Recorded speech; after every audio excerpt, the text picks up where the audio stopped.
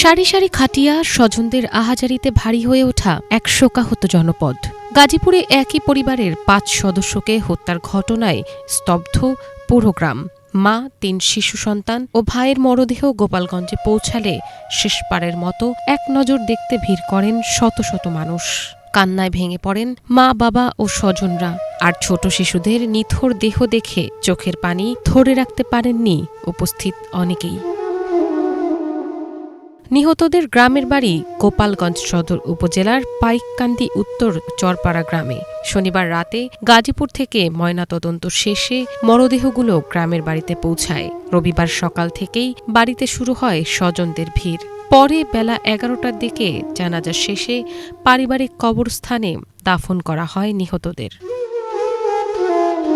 নিহতরা হলেন শারমিন আক্তার ও তার ৩ সন্তান, ১৫ বছরের মিম আক্তার, ১২ বছরের মারিয়া, ১ বছরের ফারিয়া এবং শারমিনের ভাই রসুল হোসেন।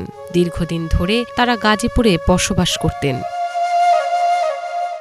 ঘটনার পর থেকেই শারমিনের স্বামী ফোরকান মিয়া পলাতক রয়েছেন। পুলিশ ও স্বজনদের প্রাথমিক ধারণা তিনি এই হত্যাকাণ্ড ঘটিয়ে পালিয়েছেন। শুক্রবার বিকেলে চাকরির প্রলোভন দেখিয়ে শ্যালক রসুল হোসেনকেও বাসায় ডেকে নেন ফোরকান। পরে রাতের কোনো এক সময় ৩ সন্তান, স্ত্রী ও শ্যালককে হত্যার পর থেকেই পলাতক রয়েছেন ফোরকান।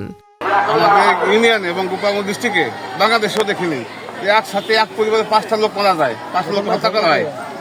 কিন্তু এই প্রথম দেখলাম, জীবনে প্রথম। কিন্তু যারা এই ঘটনা ঘটাইছে মারছে, তার স্বামী মারছে।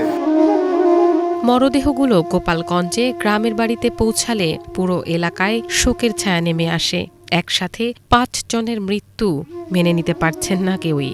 বিশেষ করে শিশুদের মরদেহ দেখে বারবার কান্নায় ভেঙে পড়েন স্বজনরা। একই পরিবারের ৫টি প্রাণ একসাথে ঝরে যাওয়ায় শোকাহত পুরো এলাকা। স্বজন ও স্থানীয়দের একটাই দাবি, দ্রুত হত্যার রহস্য উদ্ঘাটন করে অপরাধীদের আইনের আওতায় আনা হোক। Banglavision news desk.